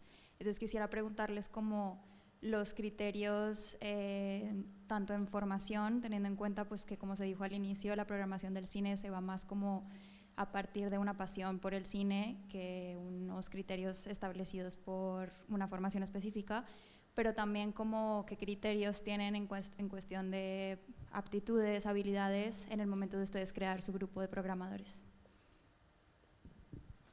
¿Esa pregunta es para mí? ¿O no? Para todos. Para todos. Si quieres, pues, a ver, empiezo yo. Sí. Programadores, a ver, si no te gusta el cine, no tienes nada que hacer, ya, para empezar.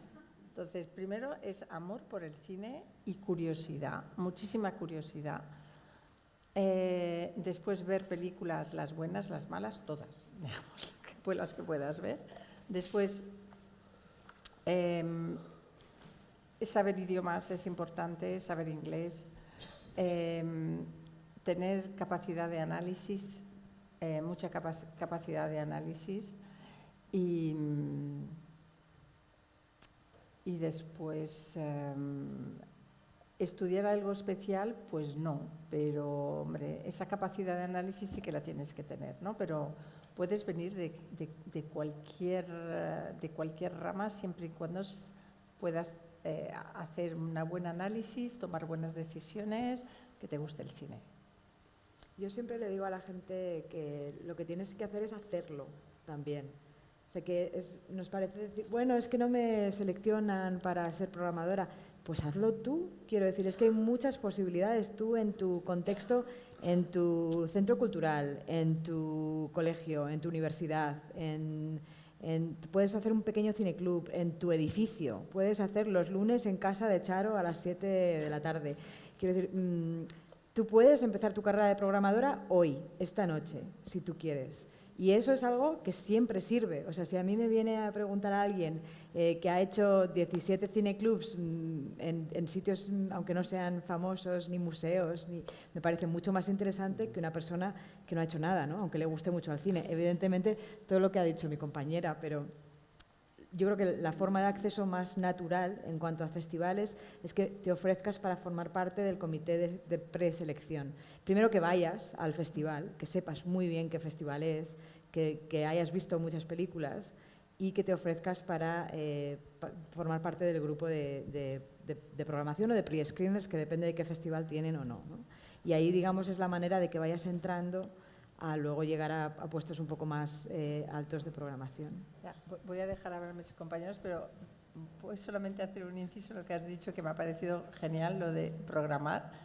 Una de las personas que he contratado y desde los 14 años está programando su cine imaginario todas las semanas. Y eso, cuando me lo contó, me quedé, bueno, flipada. Digo, esta persona es muy especial. Entonces tiene que ser programador, porque lleva... Porque ya lo es. Ya lo es, desde que tiene 14 años, ¿no? Sí. Justo. No, yo es que, o sea, creo que entre Eva y Ruth han cubierto prácticamente todo. Me estaba haciendo mucha gracia porque con lo que decía Ruth me acordaba de mí misma con 18 años escribiendo y presentándome a voluntaria a cualquier tipo de festival. O sea, yo creo que más allá de lo que ellas han puntualizado, creo que se trata de salir de tu zona de confort y empezar a conocer gente. O sea, yo creo que al final lo complejo de esta industria es que somos muy pocos y creo que lo complicado es entrar. Una vez entras es fácil moverte, pero si a ti te mueve y sientes que tienes que ser programadora y que te gusta el contenido, es que lo único que te falta es que empieces a hacerlo y que trates de ir a cualquier encuentro que haya, cualquier voluntariado que haya, empezar a conocer gente que tenga ese tipo de gustos y de afición y a base de boca a oreja, ir encontrando y conociendo puestos y oportunidades, yo creo.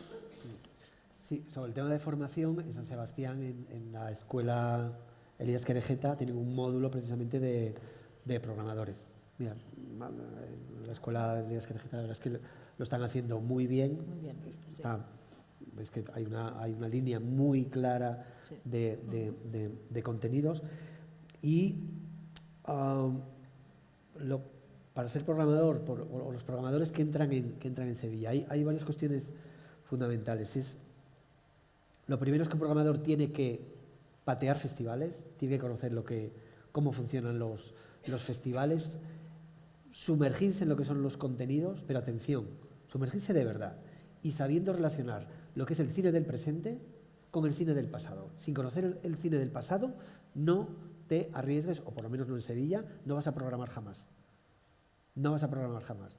Porque a nosotros nos han llegado, si es verdad, de mucha gente, muchos programadores que, sí, yo he seguido, iba a Gijón en su día, he seguido viniendo a Sevilla, pim, pam, pero cuando profundizas y cuando examinas, entre comillas, a ese programador, esa persona, descubres que tiene unas lagunas tremendas de lo que es el cine del pasado. El cine del pasado, ese conocimiento y ese relacionar el cine del presente, el que programamos en los festivales, que son el 80%, son películas de reciente producción, con lo que es el cine del pasado, eso es fundamental. Si quieres dedicarte de una manera seria a lo que es programar.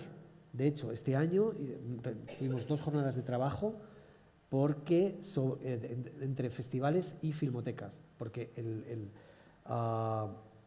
el tema principal era cómo programar cine del pasado hoy en los festivales de cine, porque existe una tendencia que los festivales de cine cada vez se programan más películas recientes y cada vez menos retrospectivas o focos importantes y bien comisariados. Porque ahora se llevan mucho los foquitos, es decir, retrospectivas a directores que tienen 2 o 3 películas. O a veces yo recuerdo que hay un festival que dedicó un ciclo a una directora que tenía un largometraje. Un ciclo muy corto. No, pues eso se publicitó bien publicitado. Una sesión de cortos y un largometraje. Y nosotros organizamos la primera retrospectiva en España sobre esta directora muy querida por todos, he de decir. Nosotros desarrollamos una labor que es nos viene funcionando muy bien, una iniciativa que es de jóvenes programadores del festival. Son 10 jóvenes entre 17 y 24 años, que se presentan, que hacemos una convocatoria pública y están una semana trabajando unos contenidos que nosotros les damos. Ellos tienen que seleccionar una película para el festival y esa película, cuando se celebra el festival, tiene que defenderla con el director o directora allí delante y frente al público. Digamos que ellos tutelan esa película en el festival. Es una iniciativa que llevamos a cabo con un colectivo muy interesante, modélico a mi entender, que es Abao Acuo, que están en Nuria Eidelman y su equipo, que están en Barcelona. Y lo primero en esa semana de trabajo es, el primer día se les explica cuál es la línea de programación del festival.